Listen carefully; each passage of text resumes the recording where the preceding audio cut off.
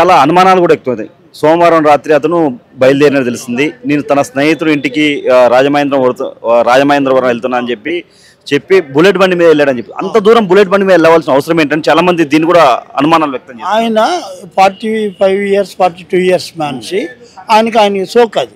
ఆయన ఎక్కడ పిలిచినా సిటీలో తిరగడం కామన్ అది. ఈవెన్ డిస్ట్రిక్ట్స్ కూడా ఆయన use to go to buy motor cycle only. ఆయనకు అది అలవాటు. అదే రకంగా ఇక్కడ ఇజ్రాయెల్ గారు అడ్వకేట్ ఎవరైతే ఉన్నారో, ఒక వ్యక్తి అక్కడ వాళ్ళ ఇంట్లో అక్కడ కాంప్లెక్స్లో వాచ్మెన్ ఉన్న వైఫ్ తోటి ఇల్లీగల్ కాంటాక్ట్స్ జరగటం, దాన్ని భర్తకు తెలిసి ఆ భర్త గొడవ పెట్టడం, దాని పెద్ద మనిషికి ఈయన దగ్గర రావటం, ఈయన వెళ్ళి కంప్లైంట్ తీసుకెళ్ళి ఇచ్చినందుకు పగబట్టి 10 రోజులు రిక్కీ చేసి ఆయన చంపడం జరిగింది బ్రదర్. ఇది చాలా అన్యాయం. పోలీసులు దాన్ని చాలా ఈజీగా తీసుకుంటున్నారు. ఇజ్రాయెల్ గారు ఆయన చాలా అన్యాయంగా చంపేశారు. ఈజ్ అడ్వకేట్ మన కొత్తపేట కోర్టులో, రంగారెడ్డి కోర్టులో సీనియర్ అడ్వకేట్. ఆయన అన్యాయంగా చంపేశారు రోడ్డు మీద. ఆయన ఇంతవరకు ఆడ వెళ్ళి సైలెంట్ అయితే అక్కడ ఆయన ఇంటి చుట్టూరు పోలీస్ బందోబస్తు పెట్టారు, ఈయన ఇంట్లో ఎవరు లేకుండా చేశారు.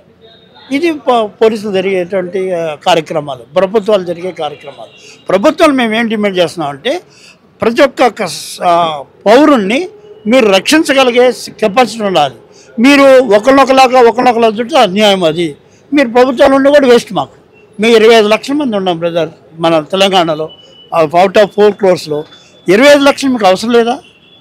అరే మీరు కాలం ఏదవుతుందో సెన్సస్లో, డోర్ టు డోర్ సెన్సస్లో మా క్రిస్టియన్ కాలం లేదు. మా ఆల్రెడీ 2% 2014 నుంచి అంటున్నారు.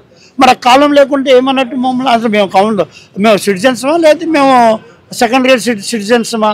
సో ప్రభుత్వాలు కూడా కళ్ళు తెరిచి, అరే ఒక గ్రూప్ ఆఫ్ పీపుల్ ఉన్నారు, వాళ్ళు క్రైస్తవులు, వాళ్ళు కూడా గుర్తించాలి అని గుర్తించలేనటువంటి పరిస్థితి తీసుకొస్తున్నారు. సో దయచేసి మేము గవర్నమెంట్ వేడుకునేది ఏంటంటే, అందరినీ సమానంగా చూడండి, అందరికీ సమానమైనటువంటి సెక్యూరిటీస్ కల్పించండి, అందరికీ సమానమైనటువంటి భాగస్వామ్యం ఇవ్వండి. మీరు వాళ్ళు తక్కువ మంది వాళ్ళకి తక్కువ అని కాకుండా అందరిని మీరు చూడండి అనేది మా డిమాండ్. లాస్ట్గా ఫైనల్గా మీరు తెలంగాణ జేఏసీ క్రిస్టియన్ చైర్మన్గా మీరు ఏం చెప్పదలుచుకుంటున్నారు? ఇది ఇప్పుడు రోడ్డు ప్రమాదం అంటారు, దీన్ని మీరు ఎలా ఛాలెంజ్ చేస్తారు? అసలు ఏమన్నా మీరు మీ క్రిస్టియన్ కమ్యూనిటీకి ఏం ఇస్తున్నారు? మా క్రిస్టియన్ కమ్యూనిటీ అందరూ కూడా, పాస్టర్స్ అందరూ కూడా దీన్ని ఖండించి దీన్ని మేము సెకండ్ గ్రేడ్ స్టేట్కి తీసుకెళ్ళి ప్రభుత్వాన్ని డిమాండ్ చేసి దాన్ని ఎంక్వైరీ చేపిస్తాం. ఎంక్వైరీ చేసి కల్పిట్స్ని పట్టుకుని వాళ్ళని శిక్షించాలని మేము డిమాండ్ చేస్తాం. ఇదైతే ముమ్మాటికి అయితే హత్య అంటారు. హత్య ఇది 100%. Thank you sir. నమస్తే సార్. ఏదైతే ఇప్పుడు ప్రవీణ్ పగడాల గారి మరణంపై చాలా అనుమానాలు వ్యక్తం అవుతున్నాయి, అసలు ఏమంటారు? ఇది హత్య అంటారా లేదంటే రోడ్డు ప్రమాదం అంటారా? బ్రదర్, హత్యకి జరిగింది రోడ్డు ప్రమాదానికి చాలా డిఫరెన్స్ ఉంది బ్రదర్. అక్కడ రోడ్డు ప్రమాదం జరిగినట్టు కూడా అక్కడ ఎటువంటి ఆనమాలు దొరకలా. మా పెద్దలైన హర్షకుమార్ గారు వెళ్ళారు, మా పార్లమెంట్ మెంబర్ గారు, మా క్రైస్తవ పాస్టర్స్ వెళ్ళారు, అక్కడ అన్ని చెక్ చేయడం జరిగింది. అక్కడ మోటార్ సైకిల్ చాలా మంచిగా ఉంది, ఒక స్క్రాచ్కి పడలేదు. అలాగే ఈ బాడీ మీద కూడా, పగడాల గారి బాడీ మీద కూడా ఎటువంటి స్క్రాచెస్ లేవు, ఎటువంటి బోన్ ఫ్రాక్చర్స్ లేవు. ఖాళీ ముఖం మీద గుద్ది కొట్టి చంపినట్టే ఆనవాళ్ళు ఉన్నాయి, కానీ ఇంకెక్కడ లేవు. దాన్ని మాకు డౌట్ ఉంది. మా క్రైస్తవ సమాజం మొత్తం కూడా చనిపోయిన వ్యక్తి, ప్రమాదం జరిగిన వ్యక్తి భయంకరంగా ఉంటాడు, అటువంటి లేని పరిస్థితిలో ఎందుకు దాన్ని వారు ప్రమాదం అని చెప్తున్నారు అనేది గవర్నమెంట్ మీద మాకు డౌట్. ఇప్పుడు ఎవరైతే ప్రవీణ్ పగడాల గారు ఉన్నారో చాలా డిబేట్లో కూడా పాల్గొనేవాడు, అంటే చాలా మంచి వ్యక్తి అని అంటారు. అసలు ఎందుకు ఆయనను చంపవలసిన అవసరం ఎవరికి ఉందంటారు?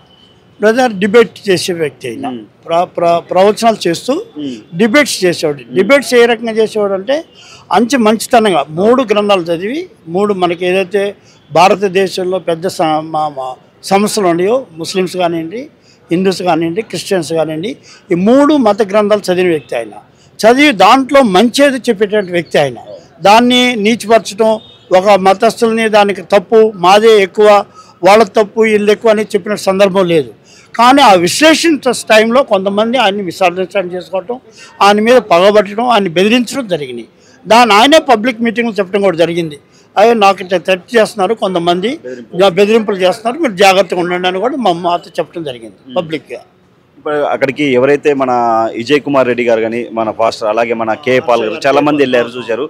ఎక్కడ బాడీ మీద ఎలాంటి దెబ్బలు లాంటిది లేదు, ఒక పెదం సైడే పగిలిపోయింది అంటారు. ప్లస్ బండి మీద ఏదైతే బుల్లెట్ బండి ఉందో ఆ బండి మీద ఉంది, అలాగే రక్తం సీటుకి టైర్లకి అన్నిటికీ రక్తం ఉందంటారు, అసలు ఏంటి అసలు? అది కూడా ఆ రక్తాన్ని ఇట్లా జల్లినట్టుంది బ్రదర్.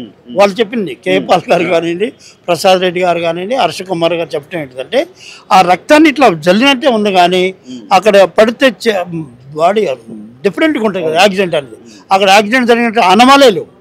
అందుకని అది హత్య అని అంటున్నాం. కంపల్సరీ దాన్ని ఈ దర్యాప్తు సరిగ్గా లేకపోతే మేము సెంట్రల్ గవర్నమెంట్కి వెళ్తాం. అక్కడ నుంచి మేము దర్యాప్తు